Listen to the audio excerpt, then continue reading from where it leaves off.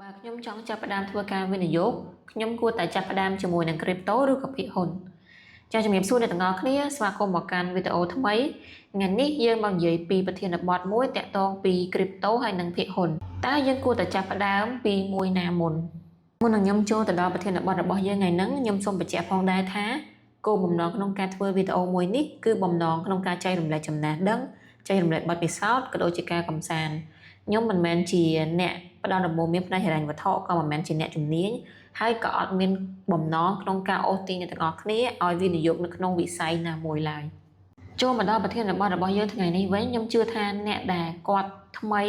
ទើបតែចាប់ផ្ដើមចង់ធ្វើការវិនិយោគតែងតែសួរខ្លួនឯងថាតើគាត់គួរតែវិនិយោគទៅលើអ្វីមុនគេអញ្ចឹងថ្ងៃនេះដែរខ្ញុំនឹងធ្វើការបកស្រាយភាពខុសគ្នារវាង crypto ហើយនិងភាគហ៊ុនខ្ញុំសូមបញ្ជាក់ផងដែរថាខ្ញុំមិនមែនមកនេះដើម្បីប្រាប់អ្នកទាំងអស់គ្នាឲ្យយកលុយរបស់អ្នកទាំងអស់គ្នាយកទៅធ្វើអីទេនេះគ្រាន់តែជាការចែករំលែកចំណេះដឹងដើម្បីឲ្យអ្នកទាំងអស់គ្នាបានយល់ដឹងហើយអ្នកទាំងអស់គ្នាអាចធ្វើការសម្រេចចិត្តដោយខ្លួនឯងថាគួរតែចាប់ផ្ដើមវិនិយោគពីកន្លែងណាទៅមុនចំណុចទី1ខ្ញុំនឹងធ្វើការបកស្រាយតាក់ទងនឹងមូលដ្ឋានគ្រឹះរបស់វិស័យទាំងពីរនេះសម្រាប់ភាគហ៊ុនដែលភាសាអង់គ្លេសគេហៅថា stock គឺជាចំណែកនៃក្រុមហ៊ុនពិតៗដែលកំពុងតែមានអាជីវកម្មហើយនិងមានប្រតិបត្តិការខ្ញុំសូមលើកឧទាហរណ៍ក្រុមហ៊ុន Apple ដូច្នេះបើសិនជាអ្នកទាំងអស់គ្នាសម្រេចចិត្តថាទិញភាគហ៊ុនរបស់ក្រុមហ៊ុន Apple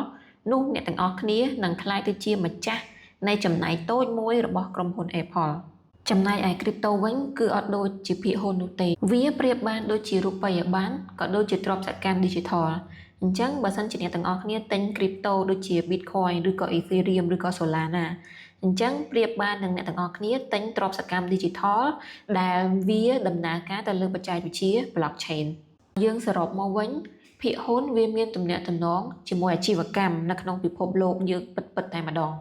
ចំណែកឯ crypto វិញមានទំនាក់ទំនងជាមួយនឹងកូដក៏ដូចជាបច្ចេកវិទ្យាថ្មីចំណុចទី2ខ្ញុំនឹងធ្វើការបកស្រាយពីកម្រិតនៃហានិភ័យរបស់វិស័យទាំងពីរនេះសម្រាប់ទីផ្សារភាគហ៊ុនតម្លៃវាអាចឡើងហើយក៏វាអាចចុះដែរប៉ុន្តែបើសិនបើសេដ្ឋកិច្ចរបស់ពិភពលោកយើងទាំងមូលអត់ដួលរលំទេនោះទីផ្សារភាគហ៊ុនក៏មិនអាចដួលរលំបានដែរដូច្នេះសម្រាប់ពីកម្រិតហានិភ័យរបស់ទីផ្សារភាគហ៊ុនវិញគឺវាមានកម្រិតតិចតួចខ្លាំងមែនទែនហើយជាទូទៅទីផ្សារភាគហ៊ុនគឺវាមានស្ថិរភាពបើយើងនិយាយពីវិស័យ crypto វិញ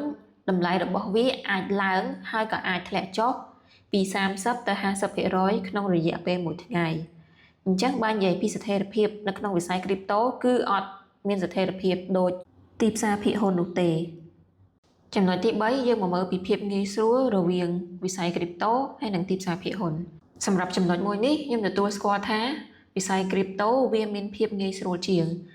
ដោយសារតែអ្នកទាំងអស់គ្នាបើសិនជាចង់ទិញ Bitcoin អ្វីដែលអ្នកទាំងអស់គ្នាត្រូវការនោះគឺទូរស័ព្ទហើយនឹងលុយតិចបំផុតគឺ$10ហើយអ្នកទាំងអស់គ្នាអត់ត្រូវការឈ្មួញកណ្ដាលដូចជា broker ឬក៏ធនាគារកណ្ដាលណាមកធ្វើការផ្ទៀងផ្ទាត់អត្តសញ្ញាណអីនោះទេចំណែកឯភាគហ៊ុនវិញអ្នកទាំងអស់គ្នាចាំបាច់ត្រូវតែមានគណនីជាមួយឈ្មួញកណ្ដាលដូចជា Interactive Broker ឬក៏ broker ណាផ្សេងទៀតដែលអ្នកទាំងអស់គ្នាទុកចិត្តអញ្ចឹងបន្ទាប់មកគេនឹងផ្ទៀងផ្ទាត់អត្តសញ្ញាណរបស់អ្នកទាំងអស់គ្នាហើយមួយវិញទៀតដើម្បីធ្វើការវិនិយោគអ្នកទាំងអស់គ្នាតម្រូវឲ្យផ្ញើលុយទៅចូល account របស់ broker ទាំងនោះហើយជាធម្មតា fee ដែលផ្ញើទៅនឹងគឺវាមានចំនួនច្រើនដូច្នេះអ្នកទាំងអស់គ្នាតម្រូវឲ្យមានលុយច្រើនដែរដើម្បីផ្ញើទៅចំណុចទី4ខ្ញុំនឹងមកនិយាយពីបទបញ្ញត្តិនិងសុវត្ថិភាពសម្រាប់ទីផ្សារភាគហ៊ុនគឺត្រូវបានគ្រប់គ្រងយ៉ាងតឹងរ៉ឹងមែនទែន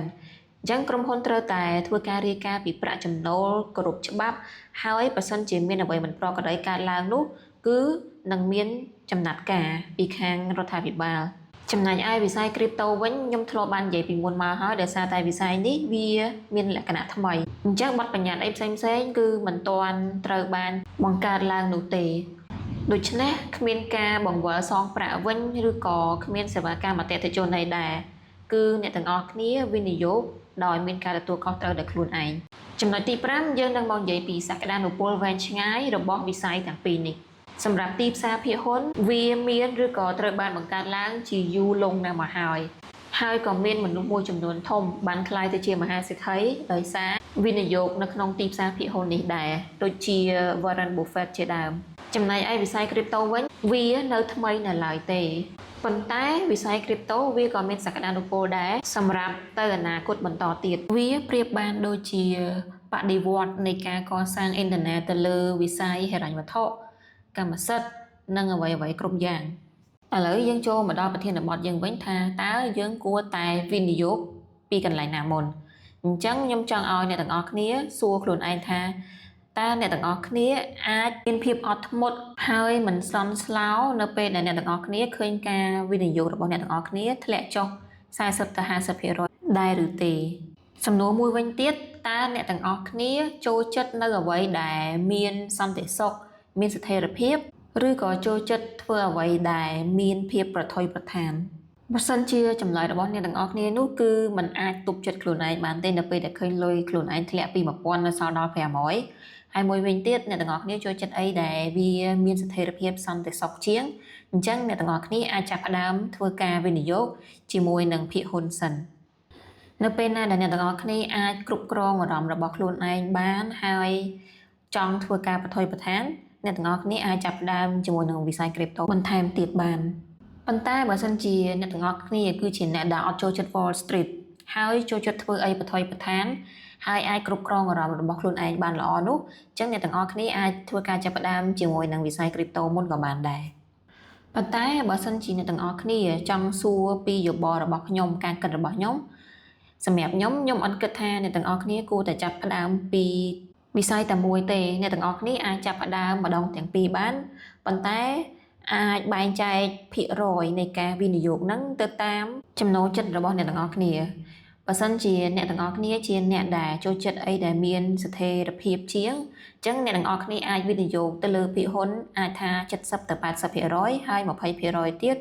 ទៅលើ crypto ប៉ុន្តែបើសិនជាអ្នកទាំងអស់គ្នាថាចូលចិត្ត